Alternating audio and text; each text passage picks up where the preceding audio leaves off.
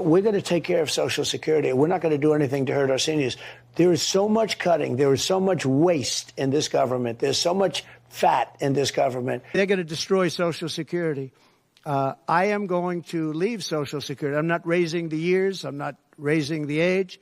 I will be saving Social Security, and I'm going to work it out that there's no tax on Social Security for seniors. I think a lot of people hear that and they get concerned about Medicare and Social Security and not Medicaid going to have anything to do. And defense spending. You won't touch Medicare, Social Security. Abuse, fraud. No, I said to people, we're not touching Social Security, other than we might make it more efficient, but the people are going to get what they're getting. Well, it's not like we will never cut Social Security, things like that.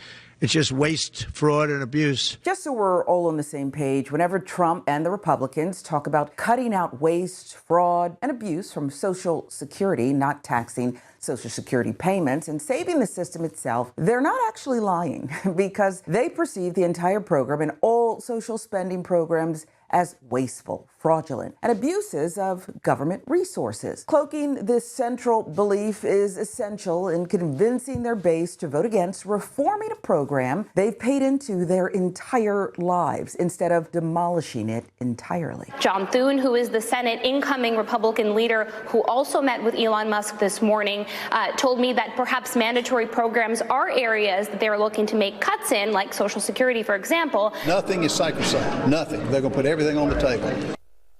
That's what they told lawmakers. Everything is on the table, and that includes Social Security, Medicare, and Medicaid. It will be my objective to phase out Social Security, to pull it up by the roots and get rid of it. Here, here,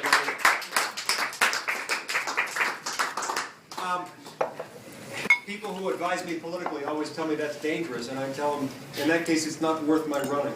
That's why I'm doing this, to get rid of that.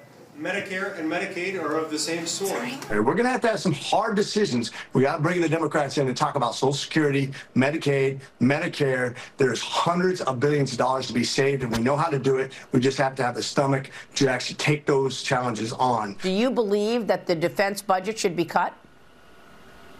I'm not a big fan of that. I think we could do things a lot better. There's always plenty of money available for defense contractors to perpetuate the military-industrial complex, the immoral for-profit healthcare system, the banking system, and every other industry or corporation willing to buy off our politicians to advance their interests. But this is nothing new, of course. Here's what Senator Joni Ernst said all the way back in 2019. It's, a broader discussion for another day, but I do think as various parties and members of Congress, we need to sit down behind closed doors so we're not being scrutinized by this group or the other, and just have an open and honest conversation about what are some of the ideas that we have for maintaining Social Security in the future. I will tell you that there are very few members of Congress that even want to broach the subject, because it becomes so controversial. The minute you say we need to address Social Security, man, the media is hammering you, the opposing party will hammer you, there goes Granny over a cliff. But there is a real issue out there, and as long as we are being hammered as members of Congress for even saying we need to do something about it, you're not going to find people that are willing to step forward and do it. Joni Ernst's suggestion that Social Security and Medicare should be fixed in closed-door meetings is a clear admission that they know their plans won't stand up to public scrutiny. Why else would any lawmaker want to hide their plans to fix programs millions of Americans depend on? The goal is simple: dismantle these programs while avoiding accountability. If their intentions were truly to strengthen Social Security, they wouldn't be afraid to discuss it in the open. Sir, can we get a pledge to stand with President Trump against cuts to Social Security and Medicare benefits? I think, you know what, when we look to reduce our national debt, I think these should be on the table. Okay. So I am a strong advocate of discussing this and reevaluating them. And I do believe at the end of the day, there will be some cuts. There are cuts to Social Security and Medicare? Yes. And that's on the table in the DOGE caucus right now? Well, we're about to find out. Okay.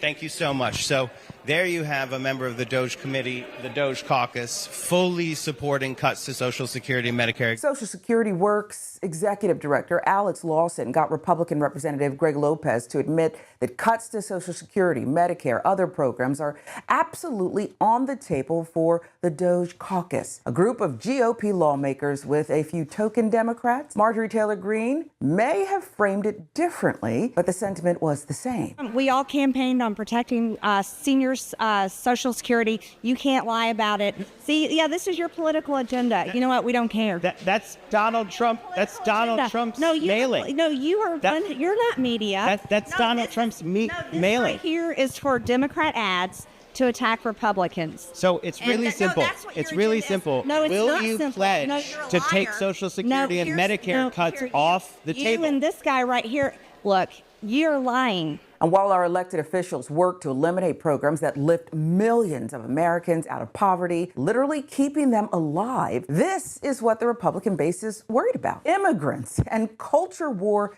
distractions. Like, actually, a lot more people think that if you could just literally just shoot people at the border, like they wouldn't come anymore. If you put alligators out there or snakes in the water. Would we want to be a country that shot people who came across the border then?